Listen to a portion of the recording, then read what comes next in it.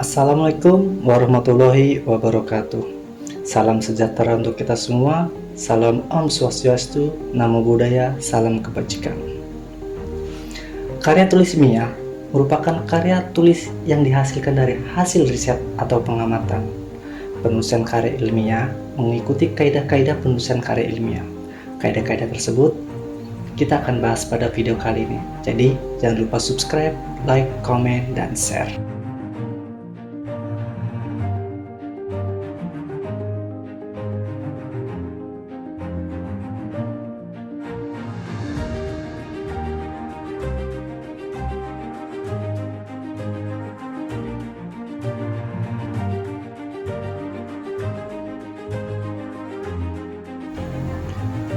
Menulis karya ilmiah salah satunya dengan cara menggunakan kutipan dan daftar pustaka dalam penulisan karya ilmiah. Kutipan dan daftar pustaka merupakan bagian penting dalam menulis karya ilmiah. Mengapa demikian? Karena dalam menulis karya ilmiah, kita akan mengambil definisi, penjelasan, teori, dan jenis dan berbagai kategori dalam sebuah ilmu. Kita akan mengambil materi-materi terbaik dari berbagai bidang ilmu dan mengutipnya di dalam karya ilmiah. Oleh karena itu, kita harus menggunakan kutipan dan daftar pustaka.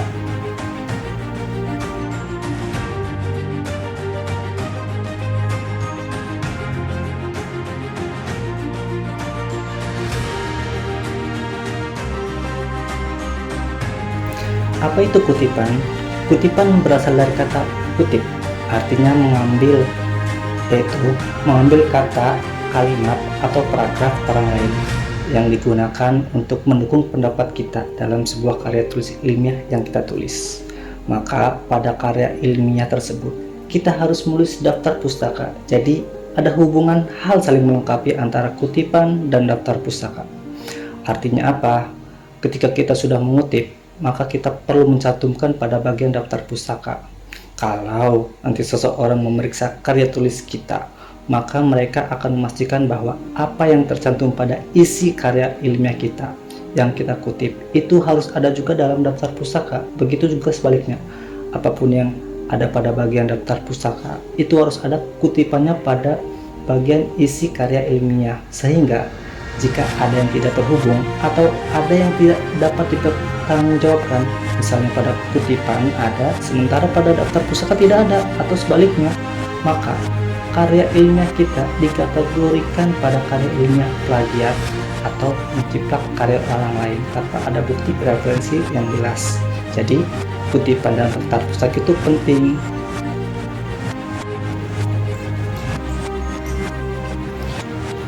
Kutipan dibagi menjadi dua, yaitu kutipan tidak langsung dan kutipan langsung. Kutipan tidak langsung adalah ide atau konsep orang lain yang dikutip menggunakan kata-kata kita sendiri di dalam penulisan karya tulis ilmiah. Sedangkan kutipan langsung adalah ide atau konsep orang lain yang disalin sesuai dengan aslinya. Lalu, bagaimana cara menulis kutipan di dalam karya tulis ilmiah? Simak selanjutnya. Selanjutnya kita akan menuliskan penulisan kutipan langsung. Tapi saya mau minum dulu, haus.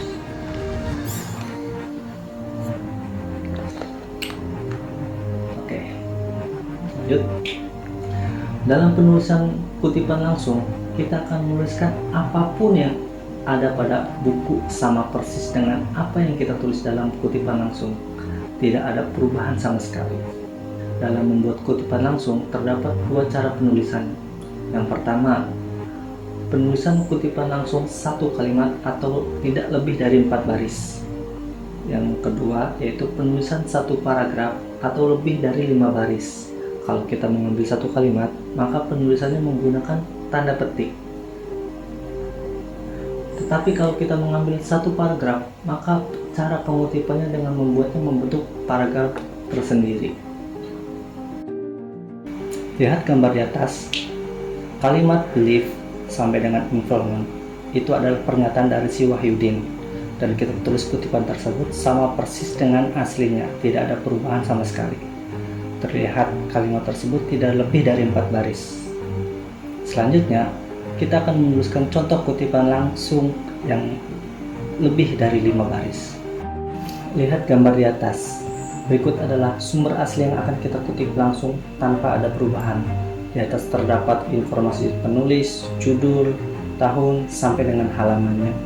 Sedangkan pada gambar di sebelah kanan adalah cara penulisan kutipan langsung yang lebih dari 5 baris. Paragraf yang menjorok lagi ke kanan merupakan kutipan langsung. Satu paragraf ini sama persis dengan sumber yang asli.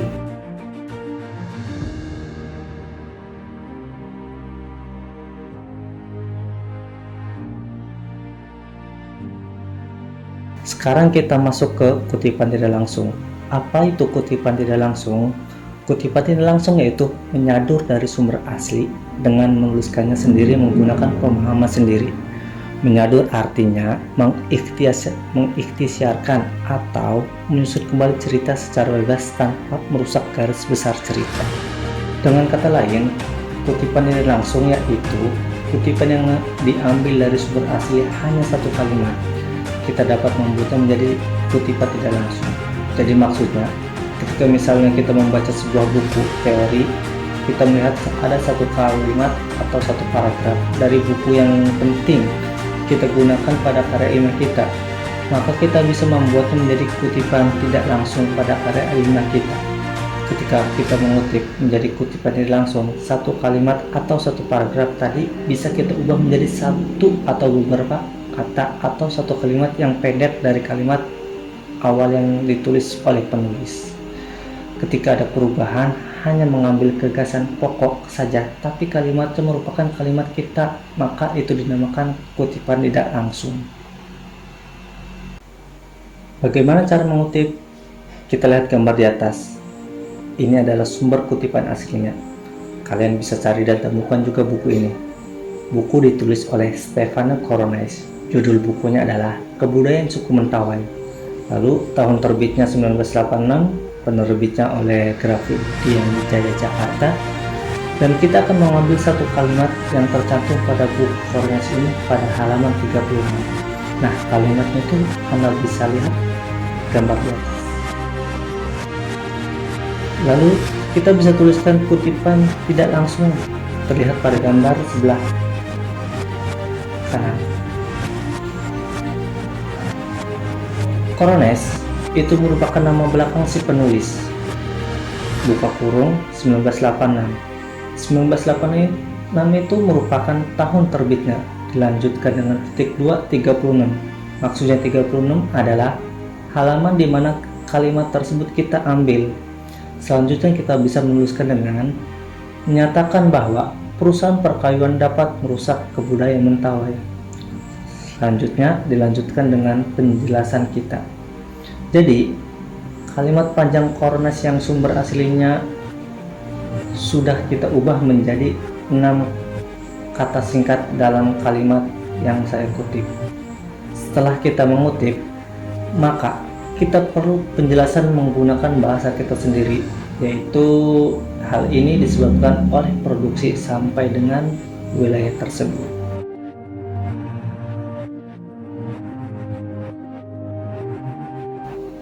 Dalam penulisan kutipan, tentunya kita juga akan menuliskan data pustaka. Data pustaka dituliskan langsung setelah atau sebelum kutipan, berbeda dengan daftar pustaka. Data pustaka dituliskan di bagian isi karya tulis ilmiah, sedangkan daftar pustaka ditulis di bagian akhir karya tulis ilmiah. Lalu, apa itu data pustaka? Data pustaka yaitu informasi sumber kutipan yang diletakkan bersama kutipan. Penulisan data pustaka bertujuan untuk menandai naskah kutipan. Selain itu juga berfungsi untuk memudahkan pembaca mengetahui sumber asli kutipan. Lihat pada gambar di atas. Ini adalah penulisan untuk daftar pustaka, sedangkan yang ini adalah penulisan untuk data pustaka pada kutipan. Di dalam daftar pustaka terdapat 5 bagian utama, yaitu nama belakang, koma, nama depan si penulis, titik, tahun, titik, judul, titik, kota, titik 2, lalu penerbit, titik. Sedangkan Pada data pustaka dalam kutipan ditulis hanya nama belakang, koma, tahun, titik 2, dan halaman. Dalam penulisan data pustaka dapat dilakukan dengan 3 cara, yaitu yang pertama kita mendahulukan narasumber, lalu dikutip dengan informasi lainnya, dan di akhir kalimat kita menuliskan kutipan. Cara penulisan yang pertama yaitu narasumber, buka kurung, tahun, titik 2, halaman, lalu tutup kurung, lalu dilanjutkan dengan kutipannya. Dan yang cara yang kedua, kita mendahulukan narasumber dan kutipan, dan di akhir kalimat kita menuliskan informasi lainnya. Dan cara penulisannya itu narasumber, kutipan, buka kurung, tahun, titik 2, halaman, lalu tutup kurung. Dan yang terakhir, cara penulisan kita mendahulukan kutipan terlebih dahulu, lalu pada bagian akhir kalimat kita menuliskan narasumber dan informasi lainnya. Cara penulisannya itu kutipan, buka kurung, narasumber, koma, tahun, titik 2, halaman, dan tutup kurung. Untuk contohnya kita bisa lihat gambar berikut.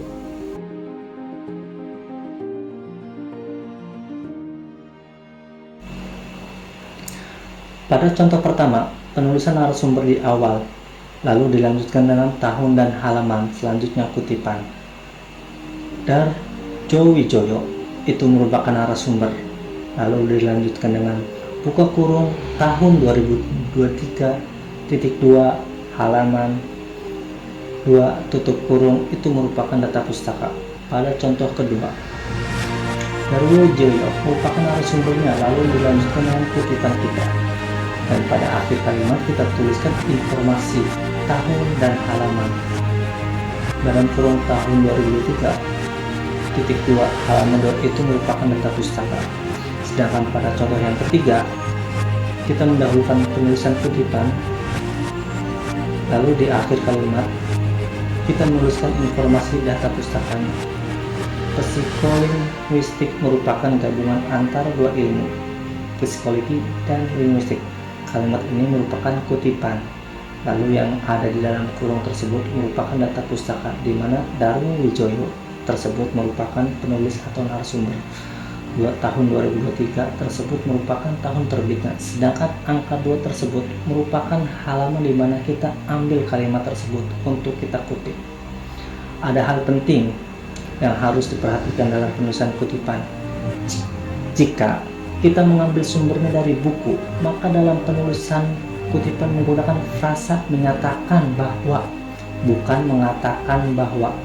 Kalau mengatakan, berarti itu berasal dari kata perkataan yang secara lisan, sementara sumber tertulis dari buku. Sekarang kita masuk ke catatan kaki. Dalam penulisan karya tulis ilmiah, tentunya kalian juga akan menemukan namanya catatan kaki. Apa itu catatan kaki? Catatan kaki yaitu keterangan tambahan pada kutipan atau informasi penting dalam karya tulis yang ditempatkan pada akhir halaman karya tulis yang bersangkutan. Catatan kaki juga sering disebut dengan footnote. Ini juga dapat berupa rujukan bahan penulisan yang dijadikan sumber kutipan dan dapat pula berupa keterangan tambahan. Untuk cara penulisan catatan kaki, yang harus diperhatikan dalam catatan kaki adalah nama pengarang tidak dibalik seperti daftar pustaka. Lalu, judul buku dicetak miring. Jika tidak pakai komputer, digaris bawahi. Lalu ada kota, nama, dan tahun terpenerbit. Kemudian, nomor halaman, dan semuanya memakai tanda koma, kecuali setelah tahun terbit memakai titik 2. Lalu, untuk penomoran dalam catatan kaki, jika ganti bab, maka penulisannya nomornya kita mulai lagi dari awal. Untuk membuat catatan kaki pada Microsoft Office Word, langsung saja kita ke Microsoft Office Word. Baik, di sini sudah saya coba tadi untuk pembuatan catatan kaki. Kita hapus dulu yang ini. Sebelum dihapus saya copy dulu yang ini. saya lupa nanti takutnya sumbernya, kita hapus dulu. Nah, untuk pembuatan catatan kaki pada Microsoft Word, kita bisa klik menu yang ada di reference, lalu insert footnote, atau menekan ALT CTRL F. Kita contohkan untuk ininya, bentar, kita taruh dulu kursor di sini, kita tekan ALT CTRL F. Itu teman-teman untuk membuat catatan kaki pada Microsoft Office Word. Kita bisa menekan insert footnote yang ini, insert footnote sama aja, atau ALT CTRL F. Selanjutnya kita akan mengisikan yang namanya di sini ini sebagai si penulis dari kutipan yang kita ambil. Lalu di sini ada yang namanya judul, ditulis dengan miring. Nah, sedangkan yang ini adalah fakta penerbit titik 2, dan ini adalah si penerbitnya, ini tahun diterbitkannya, dan ini adalah halaman yang kita ambil dari buku tersebut. Begitulah pembuatan catatan kaki pada Microsoft Office Word. Terima kasih.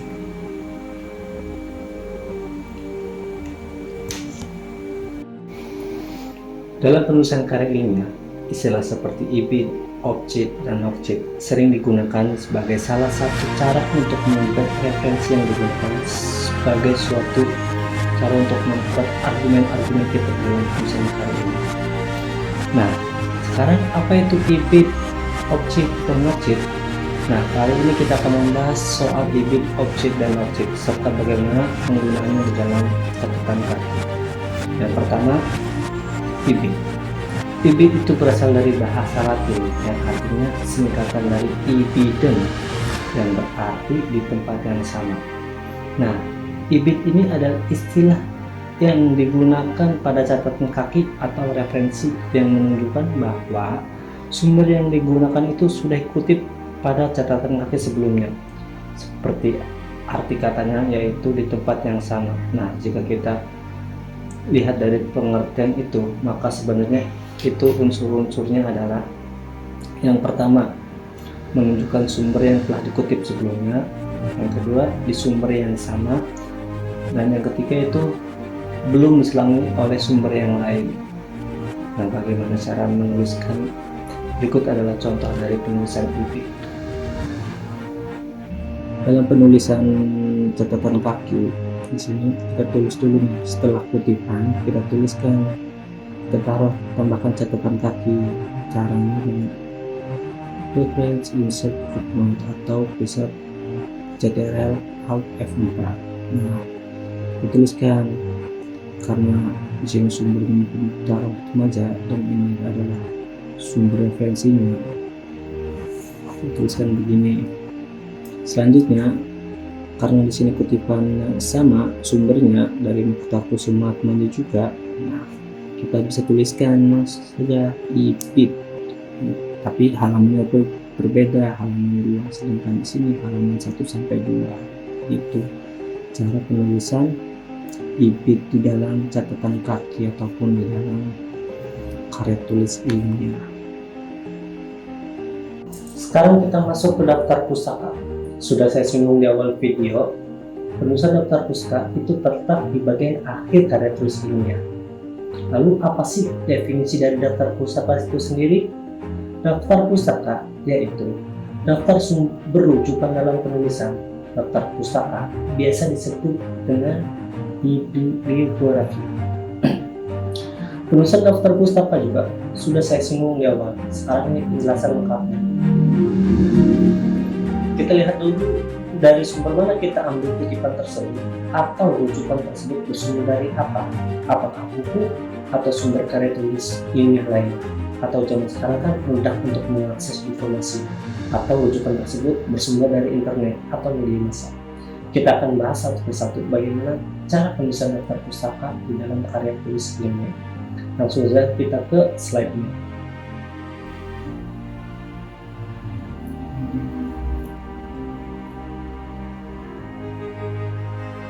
Nah, sudah saya singgung ini di awal video. Selanjutnya, rumus penulisan daftar pustaka. Di sini terdapat yang pertama yaitu nama belakang di baliknya.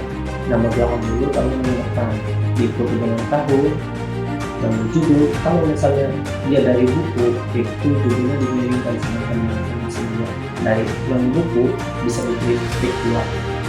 Selanjutnya ada kota diiringi langsung titik 2 dan kemudian kita langsung lihat contoh untuk penulisan daftar pustaka. Nah, di sini di cara menulis daftar pustaka, Coronis itu kan nama penulisnya Stefano Coronis. Jadi dibalik nama belakang dulu baru nama depan Coronis, Stefano titik. Tahun terbitnya 1986. Lalu judul bukunya itu Kebudayaan Suku Mentawai. Karena ini dari buku maka ditulis miring titik. Judul buku Kebudayaan Suku Mentawai titik. Nah, tahun kota terbitnya itu di mana? Di Jakarta. Titik 2 penerbit Grafidian Jaya Jakarta. Selanjutnya, mengutip dari sumbernya yang ditulis oleh 2 orang penulis. Nah, bagaimana sih kalau misalnya si sumbernya itu terdapat 2 penulis? Di sini contohnya ada si Ayat dan Agustina, itu 2 penulis. Nah, kita dapat menuliskan di dalam daftar pustaka yang pertama yaitu si penulis yang pertama dibalik terlebih dahulu nama belakang, namanya kan nama lengkapnya kan Abdul Khair.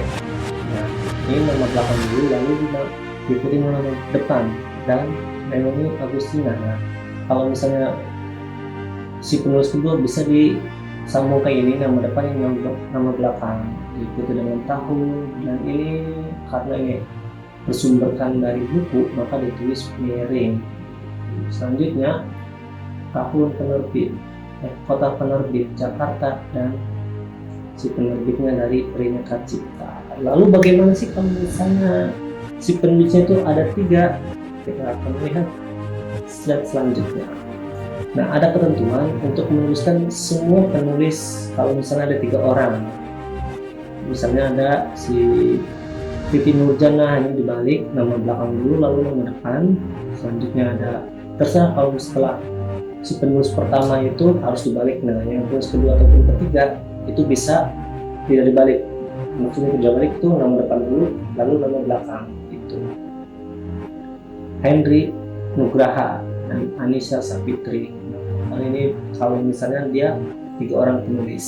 Selanjutnya kalau misalnya 4 orang ataupun lebih itu bagaimana? Nah, karena di sini kalau misalnya dituliskan semuanya akan memakan banyak space ataupun memakan banyak tempat, kita bisa disingkat dengan PKK ataupun dan kawan-kawan. Jadi cara penulisannya yaitu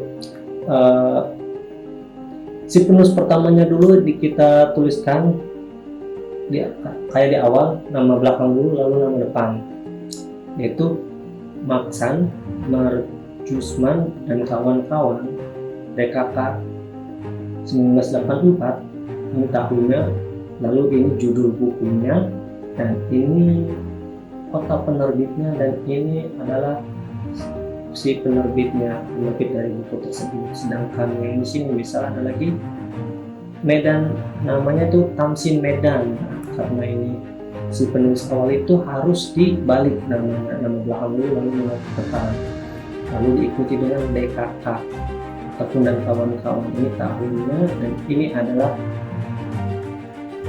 sumbernya dari buku. Karena sumber dari buku kita tulis dengan tulisan miring. Selanjutnya ada kota penerbit, dan ini adalah si penerbitnya. Selanjutnya sumber karya tulis ilmiah. Nah, tadi kan sudah disinggung di rumus penulisannya itu, kalau misalnya si buku itu ditulis miring, kalau misalnya buku itu ditulis titik 2.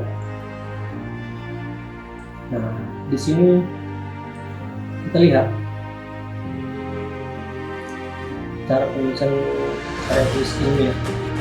Kalau misalnya dia jual buku, di dalam judulnya itu di dalam 2 ketik Nadra itu penulisnya tahunnya 1997. Ini adalah judulnya diambil dari Universitas Andalas misalnya. Selanjutnya, nah sekarang kan zamannya banyak internet nih, zaman modern.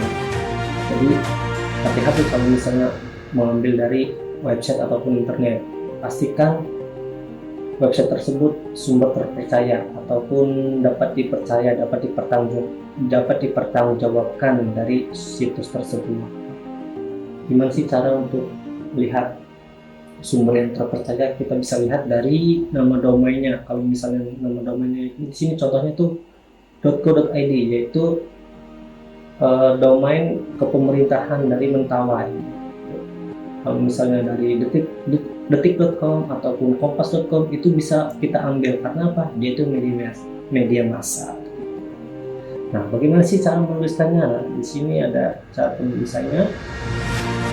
Ini itu website resmi kabupaten itu ibaratnya si penulisnya. Nah, ini artinya, lalu ini adalah judul dari artikel tersebut atau judul dari tulisan tersebut. Nah, aksesnya di mana? Nah, di sini.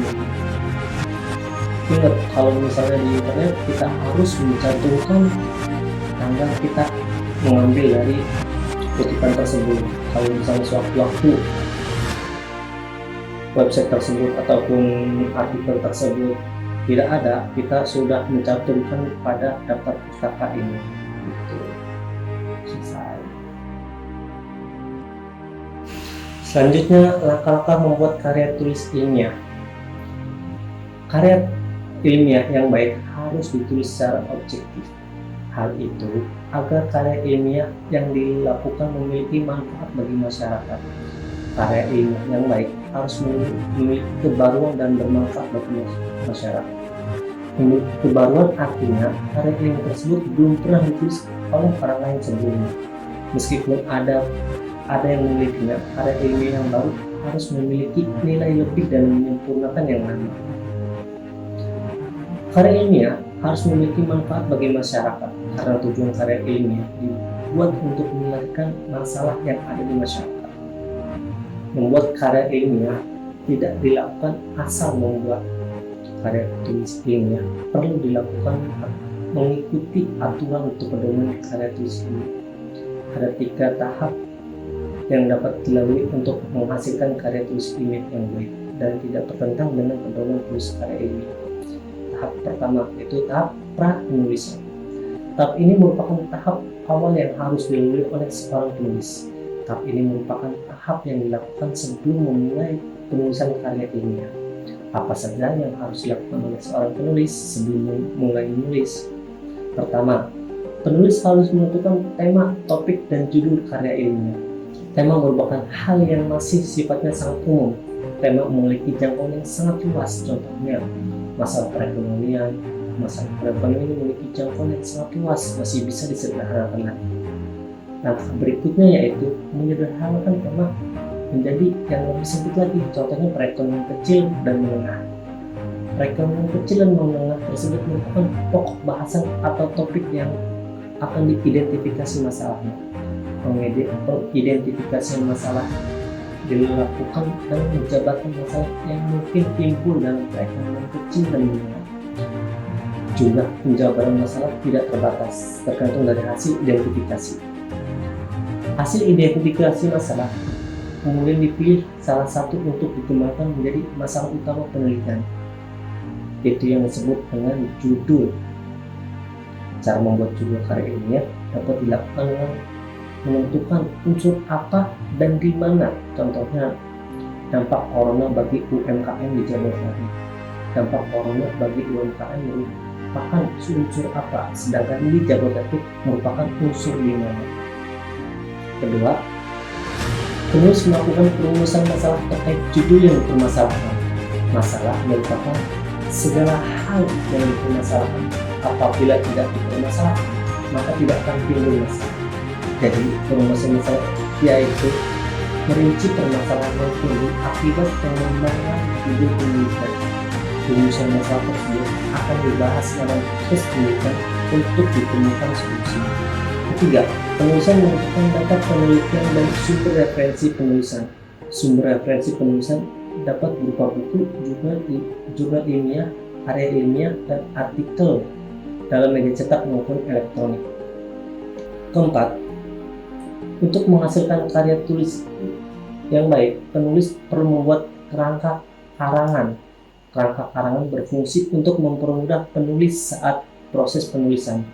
Selain itu, kerangka karangan juga bersifat untuk menghindari kegandaan topik dan membuat penulis agar tidak kehilangan ide penulisan. Kelima, apabila penelitiannya akan dilakukan merupakan survei lapangan, maka penulis menentukan kuesioner ini disusun untuk memetakan objek penelitian. Kuesioner ini hendaknya diuji validitas dan uji reliabilitas terlebih dahulu untuk memastikan ukuran surveinya akurat. Nah, tadi itu tahap pra-penulisan. Sekarang tahap penulisan. Tahap ini merupakan proses penulisan karya ilmiah. Karya ilmiah itu mendorong kalimat efektif.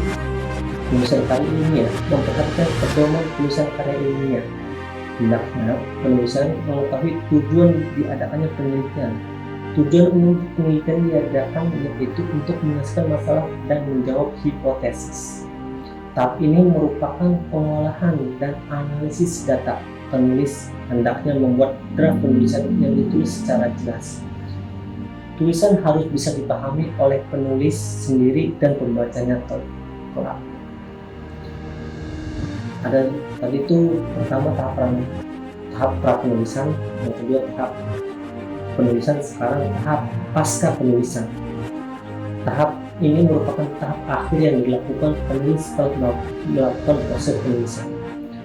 Tahap pasca penulisan berisi tahap penyuntingan atau edit karya tulis. Karya tulis ilmiah yang sudah selesai ditulis hendaknya disunting atau diedit. Penyuntingan dilakukan untuk memastikan kualitas tulisan. Pada tahap ini penulis bisa memperbaiki tulisan yang mengalami salah ketik. Selain itu, penulis juga menambahkan tulisan yang dirasa kurang atau menghapus tulisan yang dirasa tidak perlu. Sekarang masuk ke konvensi naskah. Konvensi naskah yaitu aturan penyusunan naskah. Aturan itu dibuat oleh penerbit untuk ditaati oleh penulis naskah. Konvensi naskah biasanya mengatur ukuran kertas, jenis kertas, batas tepi penulisan naskah, jenis tulisan, ukuran huruf, dan sistematika penulisan. Nah, untuk ukuran kertas yang digunakan tergantung kebijakan penyelenggara. Nah, pada umumnya ukuran kertas menggunakan kertas jenis HPS berukuran A4, F4 atau kuarto. Berat kertas biasanya 80 mg per lembar. Sedangkan batas tepi bawah biasa disebut dengan margin. Biasanya batas tepi penulisan bila menggunakan kertas ukuran A4 dan F4 yaitu tepi atasnya 4 cm, tepi kanannya 3 cm, tepi kirinya 4 cm, dan tepi bawahnya 3 cm. Sedangkan untuk kertas kuarto umumnya batas setiap tepi yaitu 3 cm. Saya juga tidak tahu apa itu jenis kertas kuarto, dan saya tahu A4 atau F4. Selanjutnya jenis tulisan ataupun font. Kalau misalnya dalam Microsoft Office Word, jenis tulisan atau tipe huruf yang digunakan tergantung dari kebijakan dari penyelenggara. Tipe huruf yang umumnya digunakan yaitu Times New Roman, Arial, dan Calligraphy. Ketentuan ukuran hurufnya pun berbeda-beda. Untuk tipe Times New Roman misalnya diukuran 12 sampai dengan 14. Sedangkan untuk tipe huruf Arial dan Calligraphy biasanya 10 sampai dengan 12. Sekarang masuk ke penomoran. Penomoran dalam karya ilmiah terbagi menjadi dua jenis. Yang pertama, penomoran menggunakan angka Romawi. Penomoran menggunakan angka Romawi biasanya dipakai untuk halaman bagian pra-penerbitan. Penomoran jenis ini dilakukan di bagian tengah halaman. Kedua, penomoran menggunakan angka. Penomoran menggunakan angka dipakai untuk halaman isi. Penomoran halaman isi dibagi menjadi dua. Apabila halaman tersebut berisi bab utama, maka penolong diletakkan di bagian bawah tengah halaman. Apabila halaman tersebut tidak berisi bab utama, maka penolong diletakkan di bagian kiri bawah halaman. Sistematika penulisan. Sistematika penulisan merupakan pengurutan penulisan karya ilmiah. Sistematika secara umum dibagi menjadi 4, yakni prapendahuluan, bagian inti, bagian penutup, bagian pendukung. Bagian prapendahuluan berisi sampul, halaman pengesahan, abstrak, kata pengantar, daftar isi, daftar tabel, dan daftar ganda. Bagian inti penulisan berisi pendahuluan, landasan teori, metodologi, pembahasan, dan penutup. Bagian pendahuluan berisi latar belakang masalah, identifikasi masalah, rumusan masalah, manfaat dan tujuan penulisan. Bagian landasan teori berisi teori yang relevan dari para ahli. Bagian metode berisi metode penelitian apabila karya ilmiah berupa penelitian. Bagian pembahasan berisi pembahasan penyelesaian rumusan masalah. Bagian penutup berisi simpulan dan saran. Bagian pendukung karya tulis ilmiah berisi daftar pustaka, biografi penulisan, dan glosari ilmiah. Nah, sekarang masuk ke makalah. Makalah merupakan karya tulis ilmiah sederhana yang membahas berdasarkan logika, pustaka dan fakta untuk disajikan dalam diskusi dan forum ilmiah lainnya. Makalah dibagi menjadi 2 jenis, yakni makalah biasa dan makalah posisi. Saya baru tahu.